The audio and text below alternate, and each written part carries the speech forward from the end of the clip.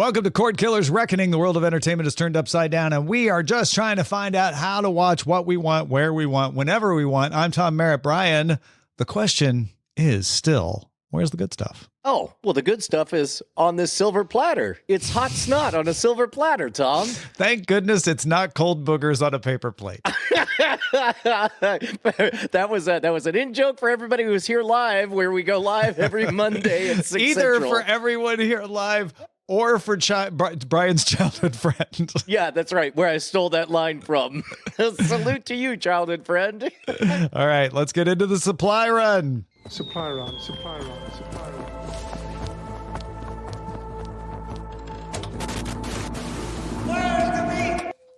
So many people have talked about this, so it's probably not news that it happened, but we're going to talk about what we think it means. Comcast announced it is spinning out its cable networks and a few digital properties into a separate company by the end of next year. So you've got more than a year, basically, until this actually happens.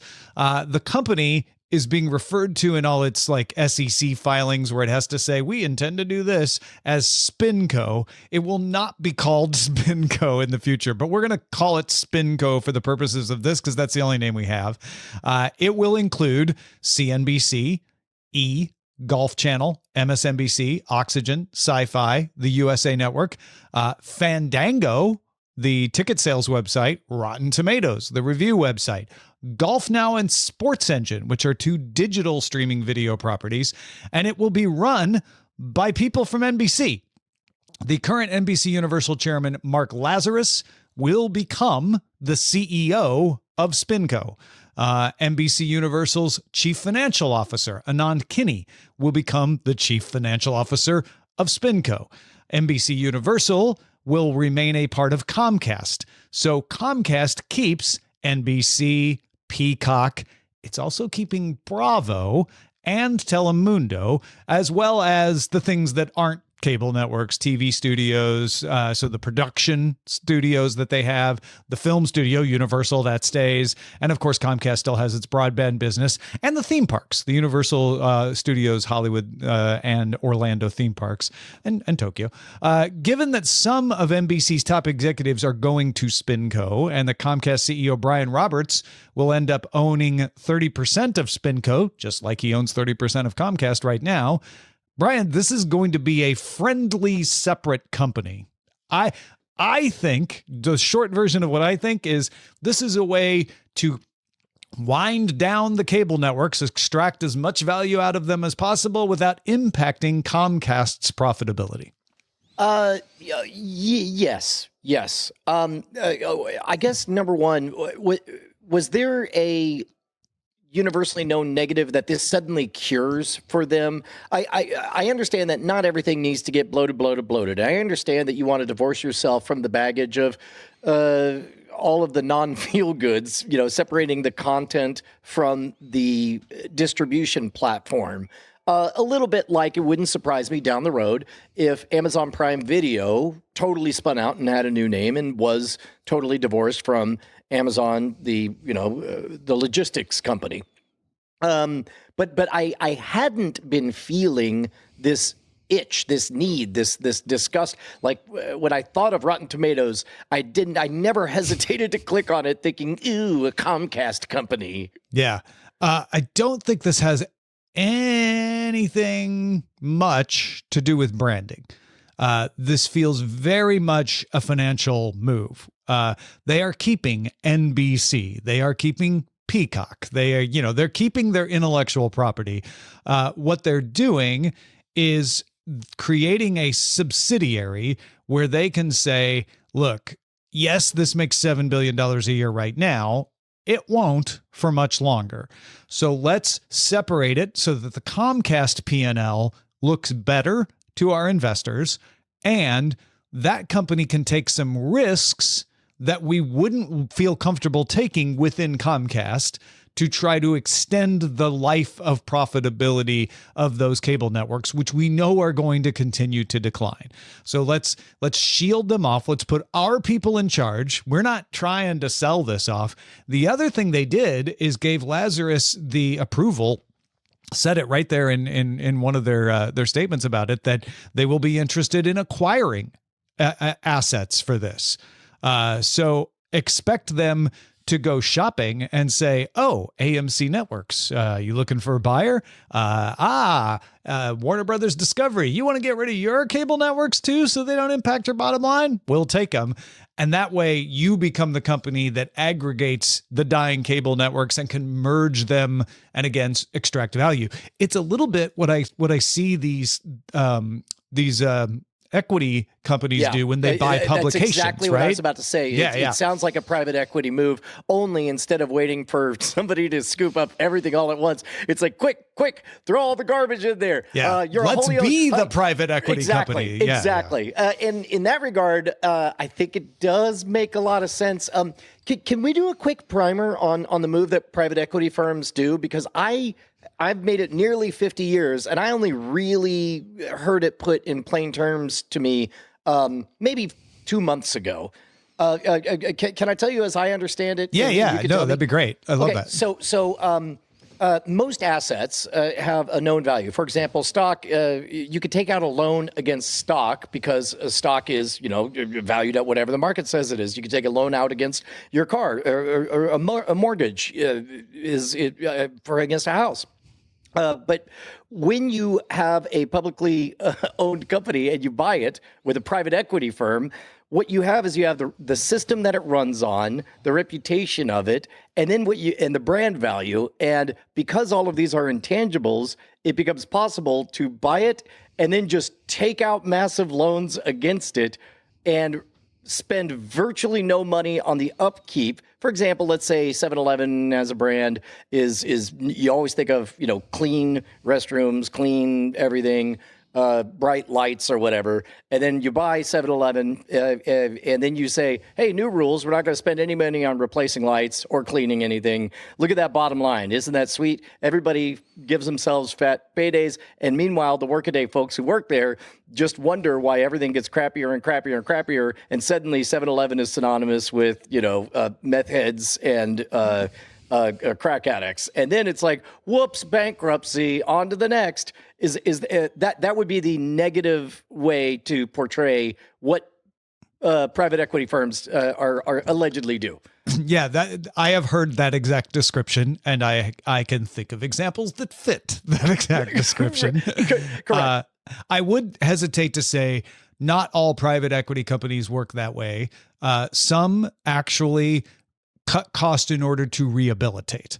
And there are examples of that. I mean, if you look at what Ziff Davis did, private equity company came and bought Ziff Davis, which was all the print publications that were dying at the time in the early 2000s. And the private equity company that bought them rehabilitated them. PC Mag is doing great.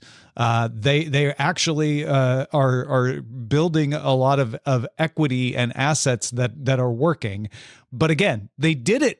The first part, the way you said, which is they came in and said, that's a waste of money. That's a waste of money. That's a waste of money. Let's only fund the things that actually turn a profit. Sometimes that ends up with meth heads in the bathroom. Sometimes that ends up with PC Mag making money. And then the equity company can either reap the returns of that or sell it off to somebody else.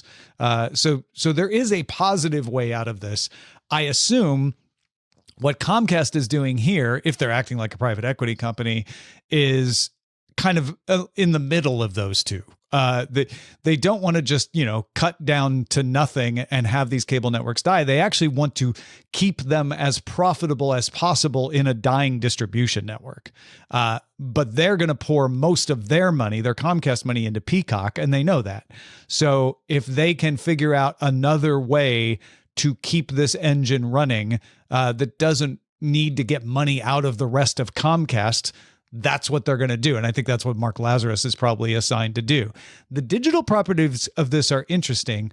My original analysis was they put these properties out there because they don't know if they're good for anything, but maybe they can acquire digital properties as they acquire other things and build up a digital company that might be worth something at the end of this process 10 years down the line. Well, so as far as anybody who works at any of these companies, I'd imagine that none of them are exactly thrilled to be like, oh, we're in the eject pod. Well, yeah, exactly. Well, and there's a lot of questions of like, well, can MSNBC be called NBC if it's part of SpinCo? My guess is yes, because Mark Lazarus from NBC Universal is running this. This is very friendly. This is like, great. We'll license the NBC name to you. We'll license programs we make to you. You will in turn license programs you make back to Peacock. I don't think there will be too much disruption that way. There will be some, though. There'll be some weird things that don't show up because these are two separate companies, but they want to get along. So I imagine MSNBC will continue to be called MSNBC as long as they think it's valuable to call it that. They may decide to change the name at some point just because they think, well, it's worth changing it. You know, maybe they buy another news organization at some point and merge it and want to change the name at that point. Yeah. So I guess this is we're entering the wild speculation round of the program.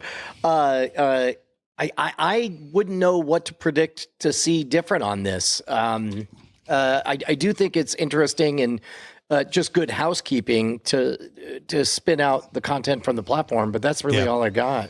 It does prove that these cable networks are. That the cable, you know, if anybody was like, I don't know, I think cable can stick around. Guess what? Comcast doesn't think so. Guess who doesn't think cable can stick around? Cable. Yeah.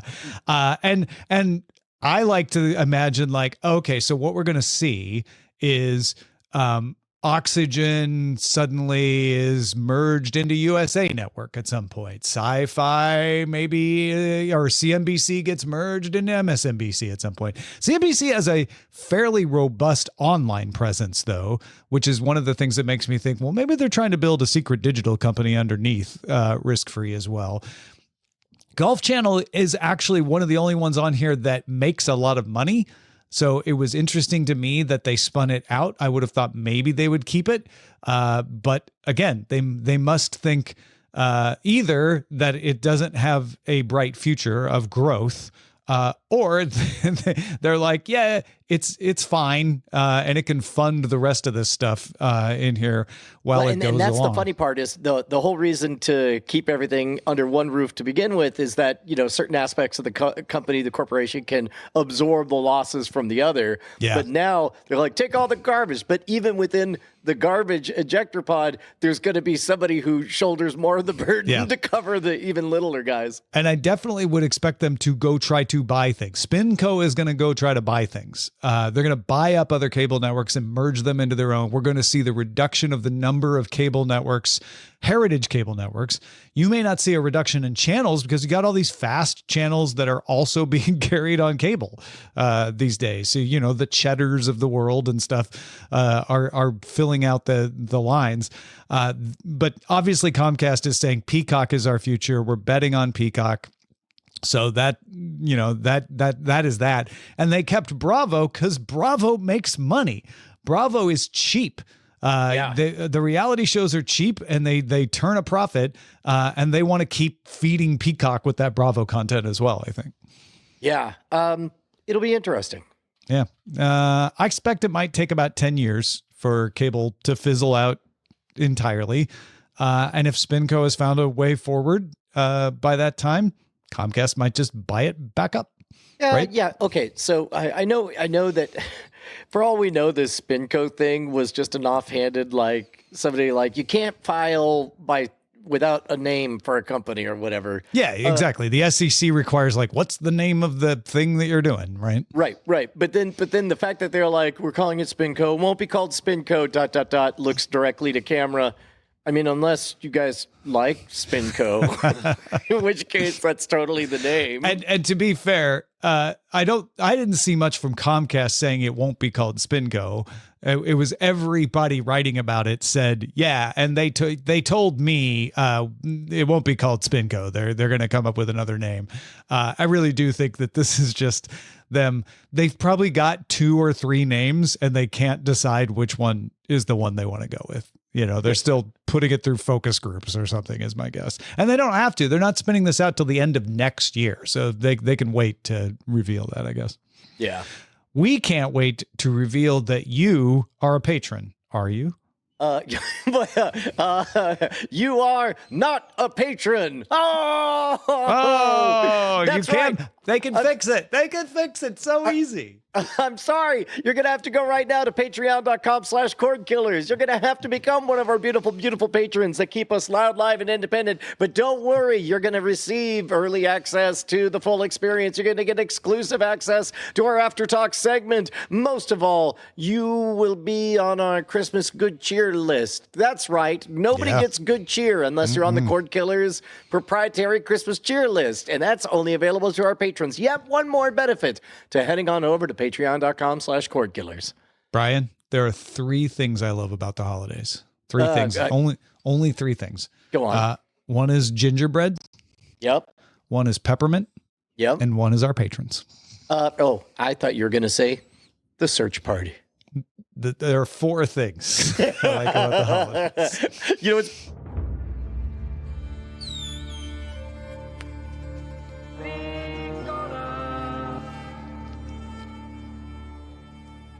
and one of them is the search party. Disney announced that it will air a special NBA-themed Dunk the Halls broadcast of the San Antonio Spurs versus the New York Knicks, featuring animated Disney characters on Christmas Day. Dunk the Halls apparently plans to use Sony's Beyond Sports technology to turn Madison Square Garden into Main Street USA from the Magic Kingdom in Walt Disney World, complete with animated characters, graphic overlays, and featured appearances from classic Disney characters like, of course, Mickey Mouse, Minnie Mouse, Goofy, Donald Duck, Daisy Duck, etc. You can watch this on Disney Plus, ESPN Plus, or ESPN2 on Christmas Day to see the Disneyfied version of the game. However, they aren't turning the players into Disney characters as far as I can tell. And I was a little disappointed at that part. well, yeah, totally. That would be the only way to do it. Right? Yeah, look, Tom, I ever since I made the mistake of actually watching the way one of these broadcasts looks, I hate this idea more and more. I don't understand. Like, this sounds so 100% like a boardroom meeting where it's like, oh, what can we do, make money. What do we got? And then they looked around and they're like, we got these IPs. And it's like, okay, what do people like? And it's like, combine them. And outside of the clock radio, no 2 things in the Reese's Peanut Butter Cup. Those are the only 2 times And the that camera 2 things phone. crammed together. No, that's the emergence of a new category, the smartphone. I'll go to the map, not on that one. But my point being, man, I don't know. I've never met nor heard of a single person who likes this as content. Like, I know a lot of people have tried it and said it was fun, but but so was that nudist retreat that one time. I don't see you living there. Well, then please write in cordkillers@gmail.com, nudist colony members. Yeah. If I were going to argue, which is my job to do, I would say it could solve the holiday argument of the kid who wants to watch something fun on TV on Christmas Day and the dad or the mom who wants to watch the Spurs-Knicks game on Christmas Day. I don't know how big that audience is. Yeah, well, and especially for the kind of kids who's like, no, I don't want to watch the main characters play the game. I want other people I don't know to play the game. So I want to watch the backgrounds. I want to watch Mickey dance around on the sidelines. I mean, it would have to be a really young kid who's like, oh, Mickey's there. That's all I care. Yeah. So that's the best I can come up with. It's a very narrow target demo. Google says its internal stats show that Hulu FX's Shogun was the most popular TV show on Google TV this year. So Google TV is the platform that uses Android TV, but it's got Google branding. It's more Google integrated. It's what Google sells on its Streambox, and there are TVs that have Google TV. It is not the most popular platform out there, but it's decent. It's got a decent thing. So it's interesting that Shogun was the most popular TV show. The most popular movie on Google TV was the new Roadhouse remake. Yeah. So what's up with that? I think it means no one watches movies on Google TV. I was about to say, because like I got all excited about the fact that Shogun was getting mad props. I was like, oh man, Shogun must be crushing it. But then it's like, yes, second only to Roadhouse. Yeah, I looked at this. List, and when I looked at the TV list, I was like, oh yeah, no, this makes sense. It's a lot of things that I would expect, maybe not exactly in this order, but sure, it's going to be Fallout, House of the Dragon, The Bear, Bluey, right? Then I looked at the movies. I'm like, Roadhouse. TMZ presents The Downfall of Diddy. Oh, that's right. Descendants, The Rise of Red. Kingdom of the Planet of the Apes, Inside Out 2. Yeah, okay. Dune Part 2. Yeah, okay. Thought those would be higher. So, yeah, I don't know what to make of that, to be honest. You know what it could be? It could be an artifact of a sweetheart deal in order to get, we talked about with Meryl Barr, the importance of placement. Yeah. Mm-hmm. On those menus. Like it could just be somebody jockeyed for that and it paid off in a big way, specifically so that they could get programs like ours and natural press to talk about that fact. Yeah. I don't know if anybody watched the TV show on Hulu called Moving. It's a Korean show about people with superpowers being hunted by a national intelligence agency that used to employ them. It's getting a second season, but the second season will be on Disney Plus. Yep. So I thought the interesting thing to you might be, well, first of all, superpowers being hunted by national intelligence agency, I mean, actually, but also, to be honest, I'm not going to lie, Tom. That's literally what just happened. You watched me imagine. I started to write the first season of it in my mind, and then I heard, the second season will be on Disney Plus. Hold that thought. But I thought it was significant that a show that was fairly popular on Hulu is like, oh, well, let's just put that on Disney Plus. Like, it does make me start to lean towards like Disney might just retire the Hulu app. They'll keep the category. Maybe they'll change the name to FX. To be honest, I don't even understand why they have the app alone. If I remember correctly, we had talked about the fact that there's a small sliver of the Hulu catalog that didn't fold in with like the FX deal and all that stuff. There's a little bit, and there's a decent user base over there. It's also where Hulu plus live TV is housed. So there's some reasons, but it does appear to me like one of these days we're going to be like Hulu plus live TV is now Disney plus live TV. Like I'm keeping an eye out for that kind of announcement. Yeah, featuring Hulu. Like probably it'll be like plus your BFF Hulu. It's Seinfeld featuring Kramer. Moving, it focuses on two kids, one of whom knows they have superpowers. They both know they have superpowers. One of whom is hiding their superpowers by wearing weights around because their superpower is flying and they can't control it. And the other one is a little more of a mystery at the beginning. But the reason they're trying to hide their powers as kids is because their parents worked for the intelligence agency. So anyway, Moving, season 2. Fox shows will remain on Hulu for the next 4 years. Speaking of things on Hulu, so I guess at least 4 years is how long Hulu has. Shows like The Simpsons and Masked Singer have streamed on Hulu since before Disney owned Hulu outright. And Fox doesn't operate its own subscription service. It has Tubi, but that's free and ad-supported. So for years now, Fox shows have been licensed to stream on Hulu the day after they air, and that will continue. So Fox shows will show up the day after they air on Hulu for the next 4 years.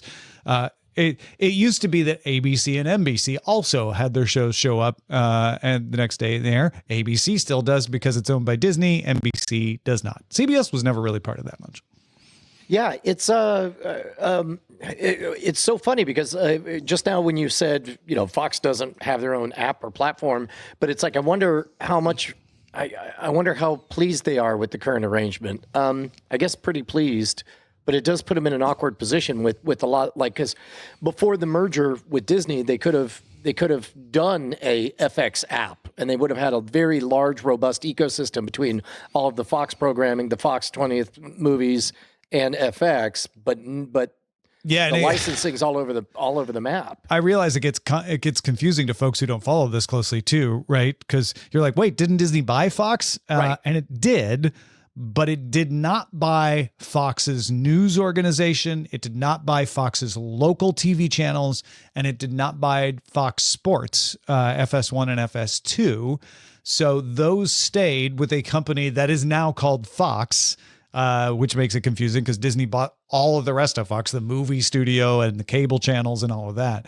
But that rump Fox doesn't have its own subscription TV service where you pay for it. And I guess the Hulu deal is their stand-in for that, of like, we will get the money that we would get from a subscription service from Hulu without having to run a subscription service ourselves. And it is really wild to watch Disney Plus credibly be the amoeba swallowing Hulu whole. Like, yeah. I would never have called that.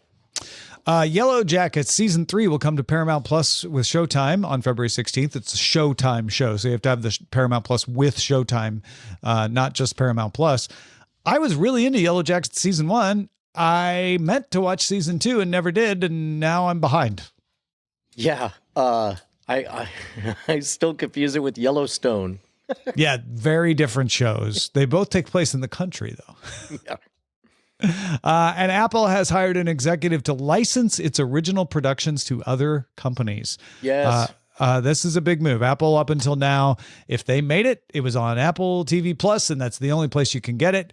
But now they are looking to get that windowed revenue out of their stuff. So they're focused on licensing movies, probably having some of them show up on airplanes and stuff more, but mostly like letting Netflix have some Apple TV Plus movies for a short period of time. To be honest, I think this is a marker of a big win for Apple, not just for from the outside. Like, again, it's like, hey, please buy Apple stuff. We'll give you what we promise is going to be a really good batch of content.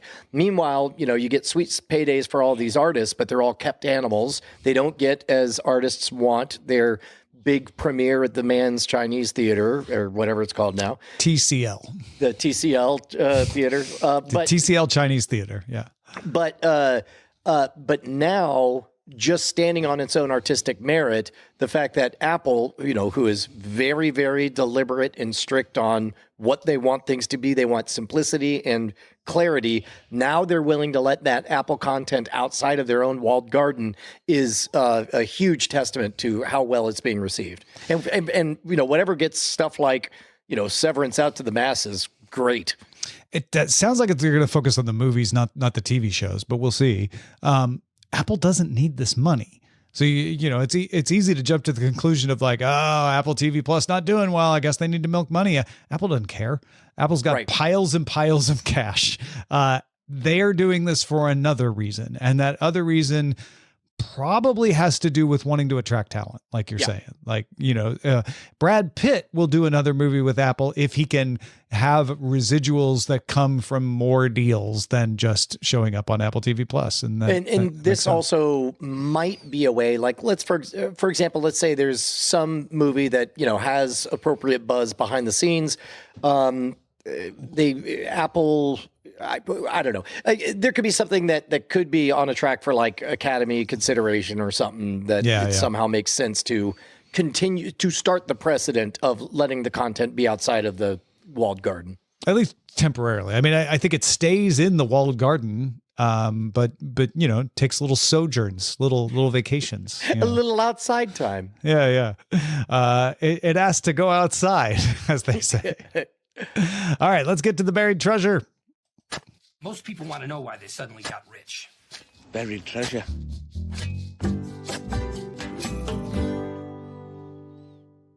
This is the segment of the show where we talk about something we've been watching, non-spoilery, and share it with you. Brian, what about you? Tom, I had a very confusing moment because I know for sure for weeks and months I've talked about how I want to watch the last season of What We Do in the Shadows. Yes. And so much so, and I keep talking about how I keep trying to get my daughter to watch it with me, but she's 17 as heck.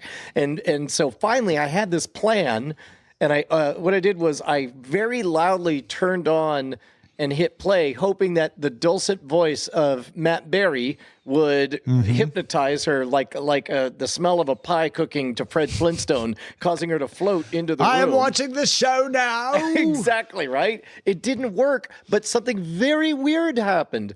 I watched the beginning of episode 1, season 6, and I thought, have I already seen this? They're talking about missing Guillermo or whatever. But then I'm like, wait, isn't that how they always aren't they always missing Guillermo at the beginning of the season?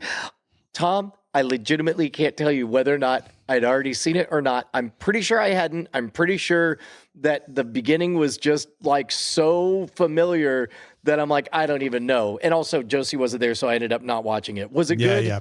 I just watched the second episode right before this show.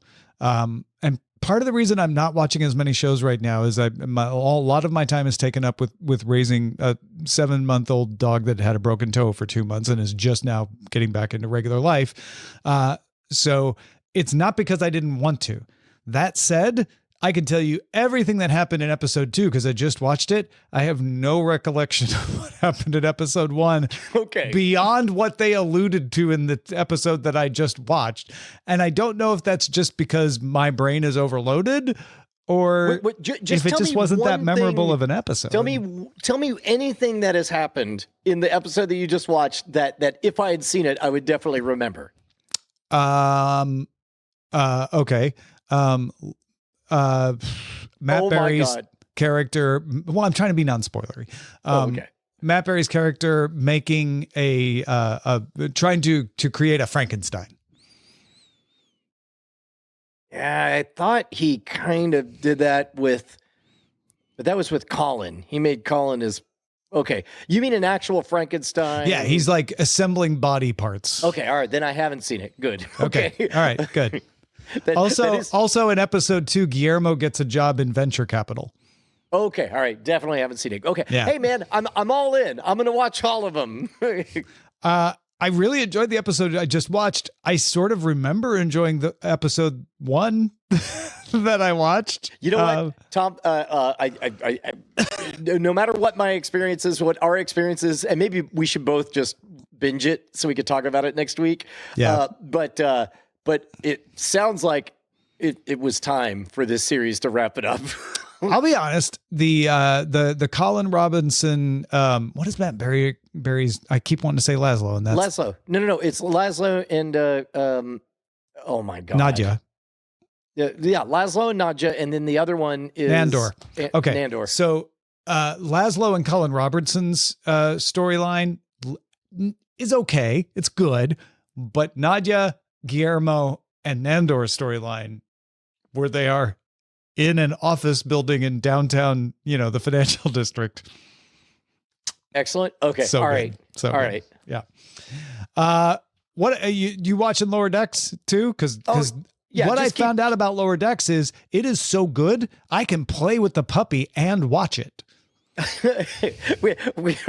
Is that normally a difficult thing? Normally I'm like, wait, I missed that. What was that? Let me rewind. But Lower Decks holds my attention enough that I don't miss a lot. Yeah. Yeah, no, it's great. It's great. This most recent one, it was the murder mystery, right? It was almost Dan Harmon-esque, and it's like, it doesn't matter. One's a square, the other's a circle, and then they even have that Voltron moment. They're like, oh, they're reconfiguring. They could be anything. Oh no, it's just a big. How uncreative. How uncreative. It was great. Yeah, no, Lower Decks continues to impress. If you got something we should be on the lookout for, folks, email us, cordkillers@gmail.com. You would already know most of my takes on the Comcast thing if you were a subscriber to Daily Tech Newsletter, because that was one of the top stories that I wrote about last week, because that stuff broke shortly after Cordkillers last week. And you can get that in your inbox for free once a week, or if you want to fork over, like, I don't know, it's like less than $10 a month. It's like $70 a year. You can get it every day, Monday through Friday. It is dtns.substack.com, or more easy to remember, freetechnewsletter.com. Yeah. Oh, there it is. Tom Merritt from This Week in Tom Merritt. Tom Merritt at Substack.com. Yeah, there you go. freetechnewsletter.com. Let's move on to Scan the Horizon. There's the horizon. Send a scanning to avoid. Scan it. The Roku channel is already available on other platforms. You can get it on iOS, you can get it on Android TV, and therefore you can get it on Google TV. You don't need a Roku device or a television to watch the Roku channel. You might already know that, but in case you didn't. But Roku announced it will soon integrate into Google TV so that you can find Roku channel shows while just doing the main Google TV search. So you don't have to jump into the Roku channel app to find them. And new tabs are coming to Google TV's home screen that can recommend Roku channel content and show you episodes that you haven't finished yet. So you can be like, oh, right, I'm partway through the Weird Al Yankovic movie. Let me jump right back into that and finish it. Finally, around 500 of Roku's free ad-supported channels, their FAST channels, are coming to Google TV's Live tab. 500, Tom. Yes. 500 channels, all with a lot of programming. That's who? Okay, They're free. I know. It also means that they're part of Google TV's Live tab, which has lots of other channels from other FAST channel providers. You know what? Cordkillers@gmail.com. If you're somebody who loves a fast channel, please tell us which one and why, because I am fascinated. At this point, I am certain my opinion of fast channels rapidly approaches, you know how there are certain websites, I don't know, let's say, the New York Post. Whenever you open an article, there's like 75 pop-ups and like 3 of them are playing video and nobody's watching any of them, but like somewhere an ad spend happened that they said, no, it's 1 billion views, I guarantee. That's what I feel like fast channels are those. Like, it's hard for me to believe anyone's watching them except for, I think they play and are largely ignored as they do makeover shows at like Firestones or something. Okay, that's interesting. Usage is apparently pretty good. I know of people who say they watch them, but I would also like to know, like, what's your favorite? Do you have one you always go to, or do you just turn on Pluto and it lands on something and you use it as background noise, like in the Firestone? Tubi is also a free ad-supported streaming television service backed by Fox and has introduced short-form video called Scenes that let you explore short clips from its more than 250,000 television programs and films. Scenes is designed to get user engagement up, help you discover what's actually on Tubi, and get you to, continue to watch stuff. No, like, oh, I didn't realize that was there. You can tap right in from the short into the feature. It's similar to Reels or TikTok or YouTube Shorts and available to all Tubi users, only in the Tubi app, though, on iOS and Android. We talked, I don't know if it was on After Talk or I wedged it in, but we talked about how this is just the halcyon days of analog channel flipping brought back to life, right? Did we talk about this?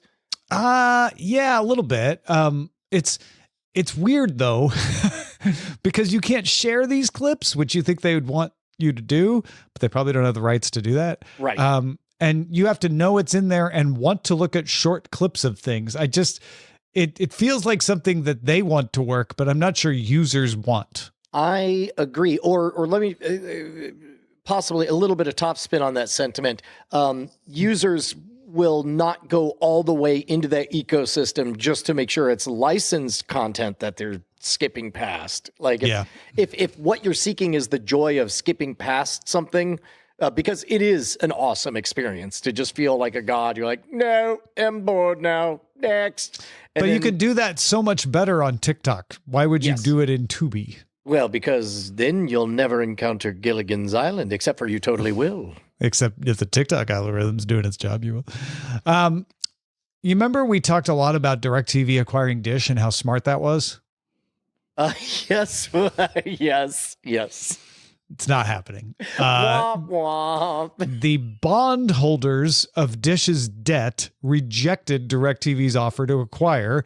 DirecTV, remember, was going to buy Dish for $1, but take on all of Dish's debt. right? So essentially they were buying it for the amount of the debt. They're like, we will pay off your debt. We will take the debt and give you $1. It would leave Dish with the mobile phone service. So Dish would probably rename, but it would become a mobile phone carrier, which it has to do as part of the T-Mobile deal. But DirecTV would get all the satellite and programming and Sling TV as well. It fell through because the people who hold Dish's debt felt it would lower the value of their bonds if DirecTV had it. So that's it. The debt holders are like, yeah, it was a decent offer, but we're not going to take it. So no satellite dish consolidation, no merging of Sling TV and DirecTV Stream. That's got to be a bummer for them. It's the world of finance that allows a bondholder to go like, oh no, that's a really good deal. It makes a lot of sense. No.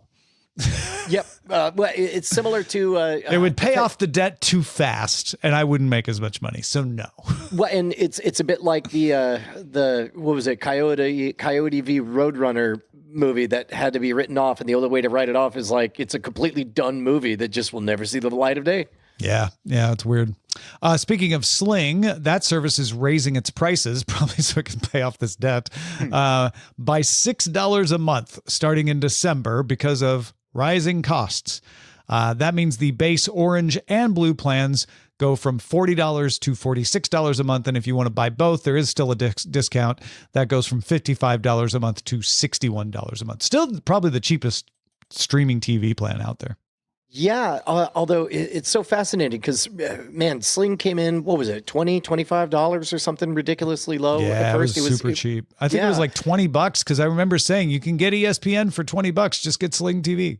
Yeah, and then now it's creeping up. And meanwhile, it made sense at the time because it was, well, that way you don't have to do cable. But nowadays, I don't even know how you would talk somebody into cable or even a cable-like experience. Like imagine my 20-year-old daughter and pitch her on Sling.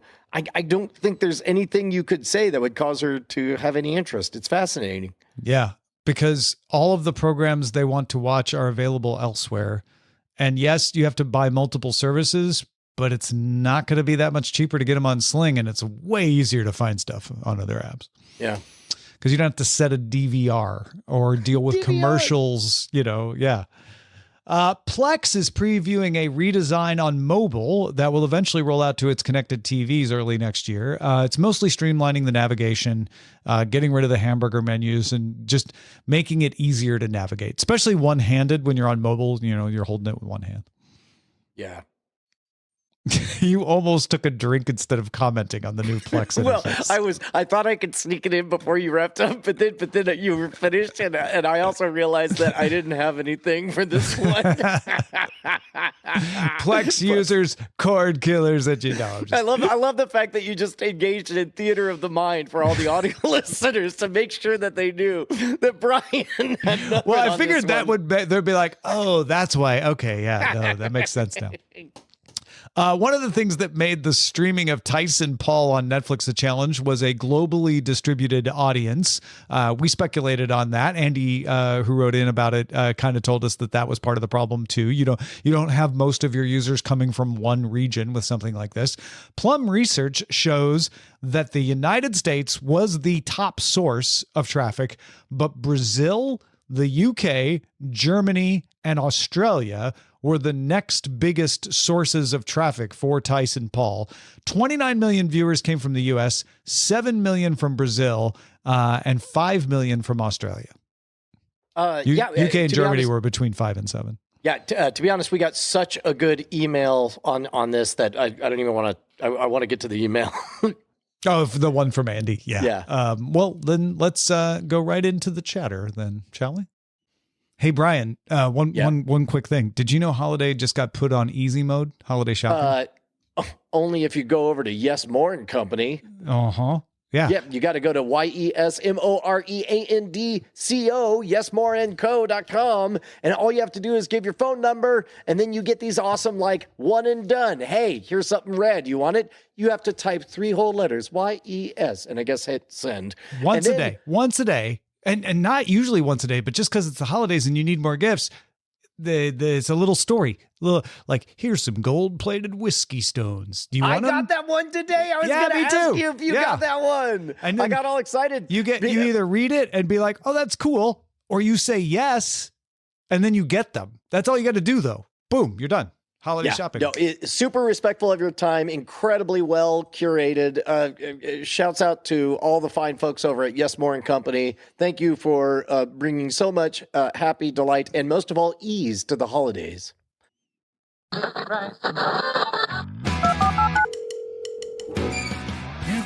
got mail. I almost feel bad reading this instead of just having Andy on to explain it, but this is going to make Brian and I feel pretty good because he backs up a lot of what we already say, but also come from somebody who knows what they're talking about. Andy wrote, I didn't even need ESP to know Netflix would be a main topic this week. Most of my network has been abuzz with speculation over it and doing armchair analysis. I did want to share my unofficial 2 cents with you, and thanks kindly for the call out. As I think I said the last time we talked about a Netflix live event, live is hard. Despite it feeling like more or less the same animal as video on demand delivery, you lack a crucial added item that changes how you think about this architecturally: the luxury of time. I heard Amos mention 30 seconds. Most live delivery, especially sports, is considered too hard behind if it's more than 10 to 15 seconds from the live event. Some sports, and especially platforms that specialize in supporting betting, will go for a super low latency experience in the 1 to 5 second range. Each second you don't have to cache or anticipate demand makes it all the harder. I believe this was Netflix's 8th live event that they have supported, and I don't think I have seen the same issues plague them from event to event. So they are reacting and learning, and I suspect this is a thing they will get right after building out more muscle, both experience and the right mix of people and infrastructure to support the events. Of this particular event, I am willing to speculate they did in fact underplan bandwidth allocation. Ultimately, someone has to guess how many people they are likely serving and provision with padding accordingly. Add to this, when you are delivering in globally, you have to think about that allocation regionally. How many people are going to really be watching in Australia? Someone had to try and guess. You have to use other events as indicators, and the Super Bowl is always considered as an example source. Given this outstripped Super Bowls going back to 2017 in terms of demand, it's an easy guess on my part to assume this is possibly what they suffered with. There is one other area I'll call out, which is their proprietary CDN, the Content Delivery Network. Unlike most, Netflix delivers a lot of content across their own Open Connect CDN. Given they built it and run it solely for themselves, it's purpose-built for video on demand delivery, meaning it's highly dependent on pre-caching or pre-positioning. It's less latency sensitive, most likely, given this isn't an important issue for VOD, and likely doesn't have some of the tooling around scaling up rapidly in terms of bandwidth that a CDN more typically caters to for live customers. Will the Christmas broadcast suffer the same way? Highly unlikely, even before this debacle. I suspect they would have automatically allocated more bandwidth up front for Christmas football games than a random Friday night fight, even one with Mike Tyson and Jake Paul. Now that this has happened, someone is putting even more effort into over-budgeting on the areas they saw failures in. Maybe that was more like 25 cents worth of opinion, but I hope it sheds some light. Thanks as always, Andy. Man, I love it when people write us at cordkillers@gmail.com with the following words: you and Tom are right. I can show the work on why your guesses were right, but you were right. Yeah. Thank you, Andy. That was a really good explanation of that. And then Bay wrote, Culture Crave posted, Tony Gilroy says he received no notes from Lucasfilm for Andor Season 2. The universal acclaim for Season 1 led to more creative freedom. The critical appreciation of the show was really helpful, if not essential, in helping Disney choke down the price of what is in terms of blah, blah, blah, blah, blah, blah. Yeah, dude. I mean, basically, I threw that one in there because I try to keep my hype meter in check, Tom, but in this case with Andor, I'm just letting it run wild. Indeed. That's good news. That's great news, actually. Well, folks, thank you so much for supporting us, for being with us on Cordkillers.com. We are going to be back with the full experience of The Shield, which you get earlier on patreon.com/Cordkillers. So you might want to jump in right now if you haven't already. Our website is Cordkillers.com. Our email address is cordkillers@gmail.com. And we are live at twitch.tv/Night Attack Mondays at 7 p.m. Eastern, 4 p.m. Pacific. I reckon we'll talk to you next time.